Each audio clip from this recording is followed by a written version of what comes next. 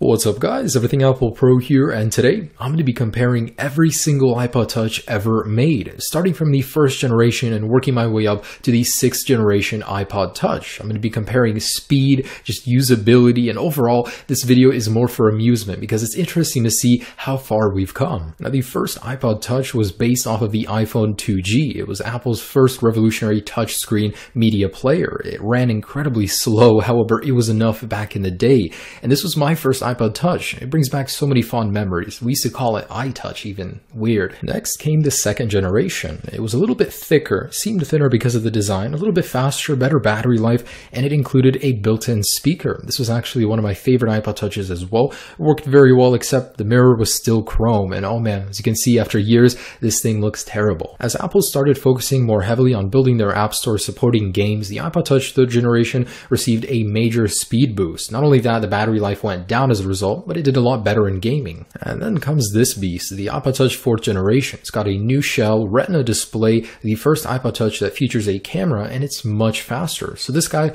was widely popular, and it helped pave the way to the 5th generation iPod Touch. And finally we arrive at the 5th and 6th generations. The 6th being the most recent. It's scary fast. It's got Apple's latest A8 chip. And just an interesting note, Apple shifted the headphone jack to the left after 4 generations, and they also swapped after 4 generations to the Lightning connector. Now on the front, the power button was on the left side for 3 generations until 3 generations later it was all on the right side. Interesting changes. So that leaves me with one question. How do these all compare? So I'm going to run a few tests, and at the end of this video we're going to have a good idea of how far we've come, how far we've progressed from the very beginning to where we are at now with the 6th generation. So let's go ahead and get started. So here I've got them all lined up from 1st to 6th generation, and looking at them, there's really not much difference from the front. It's the back, the casings that are different, and the internals that have mostly changed. So here they are on their latest firmwares. They've all been freshly restored. Let's go ahead and begin. Okay, so I've got them all connected to the very same power source. I'm going to flick the switch,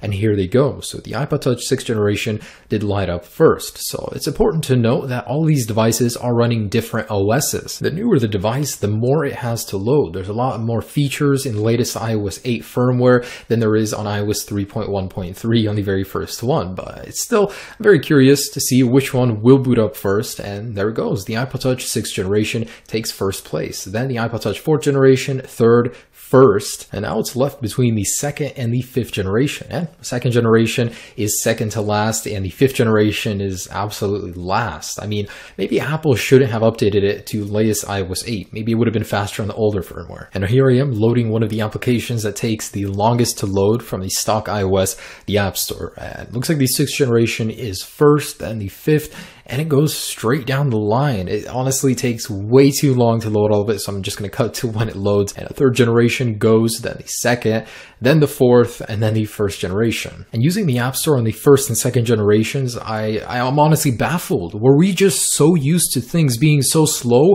or was it faster back in the day? I don't understand how we can tolerate how slow it was. It's like 20 minutes to download one application. But anyways, here's a benchmark score, not available on the 1st and 2nd generations. As you can see, the numbers do go up slowly, except for the 4th generation. For some reason, it really stayed the same. And this is measuring GPU, CPU, pretty much a mix of everything. Next up, just wanted to measure how long it takes to load one of my favorite games from back in the day. We used to play these as a group of friends, and oh man, so many memories with this, even though it was so uncomfortable, cramped controls, slow, laggy, but Call of Duty Zombies on iPod Touches was the best. Anyways, as you can see, it goes straight down the line. The GPU performance really is better every single generation. So starting from the 1st to the 6th, there is a steady progression. And for the last test, just wanted to load reddit.com, test the browser performance. Obviously, 6th generation takes first place, 5th, and I was surprised to find that in this test, it was a steady progression as well. So it went 6th, 5th, 4th, 3rd, 2nd, 1st generation. And any device below the 4th generation,